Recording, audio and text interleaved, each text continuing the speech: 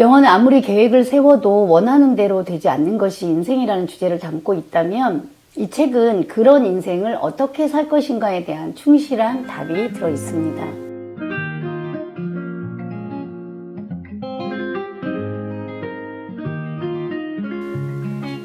안녕하세요. 본격적인 AI 시대를 맞이하며 새로운 문명의 흐름으로 가고 있는 2024년 새해가 시작되었습니다. 문명사의 흐름을 바꿀 AI 시대가 도래했지만 그 시대로부터 멀어지고 싶었던 무의식이 담긴 원론적인 윤리책을 소개해드립니다. 푸른 용의 해 첫 질문은 그대들 어떻게 살 것인가 라는 요시노 겐자부로의 문학 소설에서 찾아보았습니다. 이 책은 소설가이자 극작가였던 야마모토 유저의 연작 중에서 윤리 주제를 담은 마지막 책을 병에 걸려 쓸 수 없게 되자 제자인 저자가 그 취지를 담아 쓴 책입니다. 1936년에 썼는데 시대적 배경이 좀 중요합니다. 1930년대는 일본이 아시아 대륙을 찬탈하면서 군국주의가 확산되던 시점이었고 유럽에도 히틀러가 정권을 잡아 파시즘이 여러 나라를 위협하던 상황이었죠. 이런 군국주의의 확산을 걱정하던 멋진 어른이 아직 어린 청소년들에게 희망이 남아있다며 이 시대의 나쁜 영향을 받지 않도록 보호하기 위해 쓴 책입니다. 그대들은 어떻게 살 것인가 라는 미야자키 하야오 감독의 영화는 스토리나 등장인물 모두 다릅니다.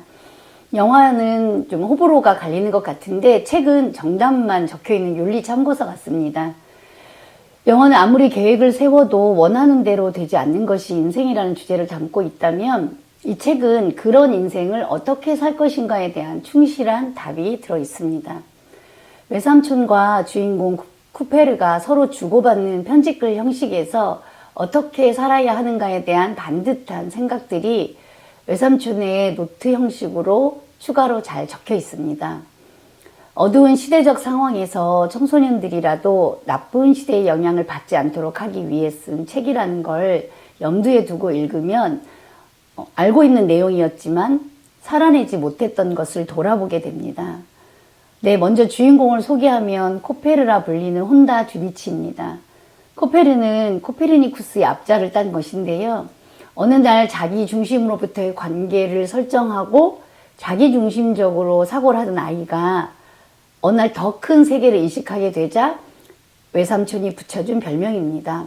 모두가 천동설을 주장할 때 지동설을 주장했던 코페르니쿠스의 사고를 패러다임의 전환이 크게 일어날 때 우리는 인용하곤 하죠. 그래서 자기 중심에서 타인 중심으로 생각의 폭이 확장되는 조카에게 삼촌이 붙여준 별명인데요. 단지 지구를 우주 속 하나의 천체로 볼 것인가, 지구가 우주의 중심이라고 믿을 것인가 하는 천문학적인 이야기가 아니라 이 문제는 세상을, 인생을 바라보는 시선과 맞닿아 있기 때문에 매우 중요합니다.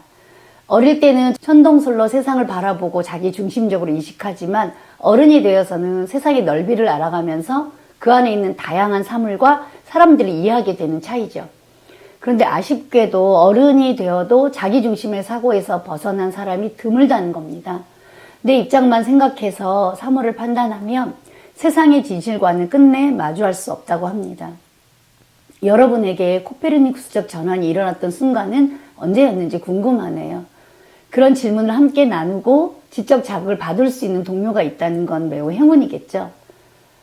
외삼촌은 주인공에게 학교에서 배운 대로 또는 세상이 인정하는 대로만 살아간다면 언제까지나 자립한 사람이 될 수 없다며 중요한 건 세상의 눈이 아니라 내 눈이 무엇에서 사람의 훌륭함을 찾고 있는지 그것을 자신의 영혼이 알고 있어야 한다고 합니다. 좋은 것을 좋다고 말하고 나쁜 것을 나쁘다고 말할 수 있을 때도 그것을 좋아한다고 확신할 때도 그 감정은 언제나 자신의 마음 깊은 곳에서 우러나온 것이어야 한다는 거죠. 이 정도면 성장소설의 정석이죠. AI가 답을 찾아주는 2024년 문명사에 새로운 흐름이 열리고 있다고들 합니다. 여러분은 그런 시대에 무엇에서 사람의 훌륭함을 발견하시나요? 감사합니다.